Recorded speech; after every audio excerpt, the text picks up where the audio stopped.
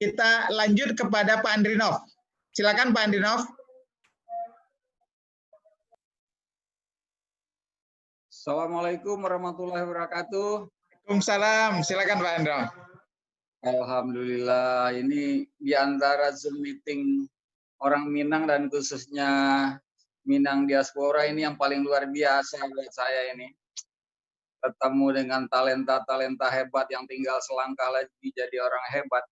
Tadi mohon maaf saya agak terlambat join, jadi saya ya masih beruntung bisa menyimak 4 dari adik-adik kita itu, Uda dan Uni yang muda-muda ini tadi yang terakhir itu aja udah luar biasa ya.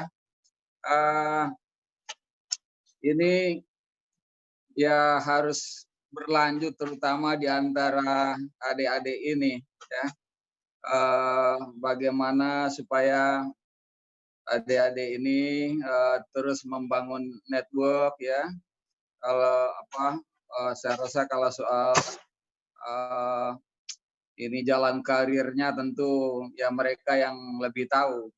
Nah, terkait dengan Minangkabau dan Sumatera Barat, ya saya kalau boleh menghimbau ya kalau bisa sebagian kembali ke Sumbar, alhamdulillah. Kalau bisa ya sebagian kembali ke Sumbar ya, bergabung bisa di pemerintahan, bisa di perguruan tinggi kita. Ya, perguruan tinggi kita untuk Indonesia kan tidak kalah hebatnya ya.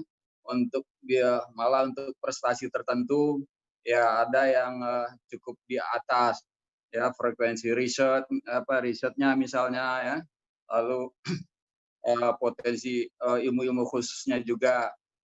Jadi yang pertama harapan kita, mudah-mudahan harapan juga dari senior-senior yang lain ya sebagian kalau bisa kembali ke Sumatera Barat ya. Nah, kalau itu tidak ya yang kedua harapannya tentu ya terlibat ya, terlibat dalam bentuk apapun ya dalam membangun Sumatera Barat ya. Bisa secara part time, bisa dengan berinteraksi secara khusus, secara intens untuk urusan tertentu ya. Itu. Nah, kalau itu tidak juga ya paling tidak ya memang ya tetap harus memberikan peran apa yang bisa, misalnya mempromosikan Minangkabau dan Sumatera Barat di mancanegara ya. Nah, ya saya juga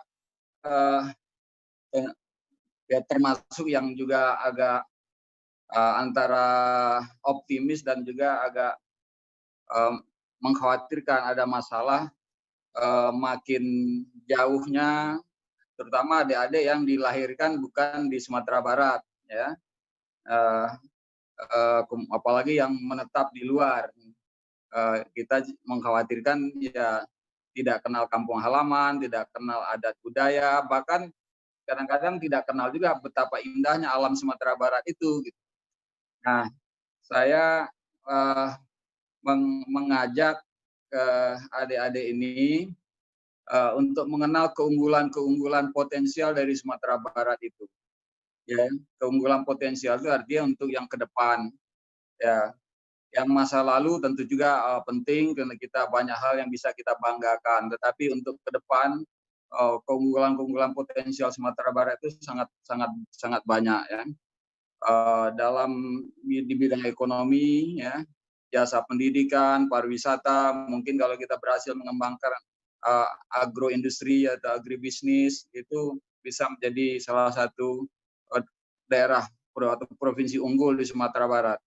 Unggul di bidang pertanian, unggul di bidang pariwisata, unggul di bidang jasa pendidikan. Nah itu mungkin ya saya bisa sedikit sarankan. Ini sebetulnya anak saya juga, putri saya juga sedang di Melbourne itu, sedang berjuang hari ini dia nggak bisa gabung, katanya lagi di perpustakaan, dan perpustakaan udah mulai buka di sana itu.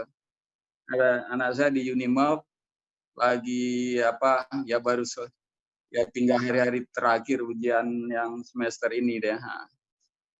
Jadi buat adik-adik ini yang yang luar biasa. Itu saja tiga poin harapan saya. Penting sekali untuk tetap mengikuti, memperhatikan perkembangan dan potensi yang luar biasa dari daerah kita Sumatera Barat. Itu aja Prof. Hasli. Terima kasih. Assalamualaikum warahmatullahi wabarakatuh. Waalaikumsalam Pak Andrinov. Ini beliau nih mantan Menteri Perencanaan Pembangunan Nasional dan Kepala BKKBN dan juga Komisaris Utama di BRI dan sekarang Komisaris di Bank Mandiri ya. Luar biasa karena beliau juga adalah tokoh yang bergerak di CSO ya dan juga di think tank ya di berbagai lembaga penelitian.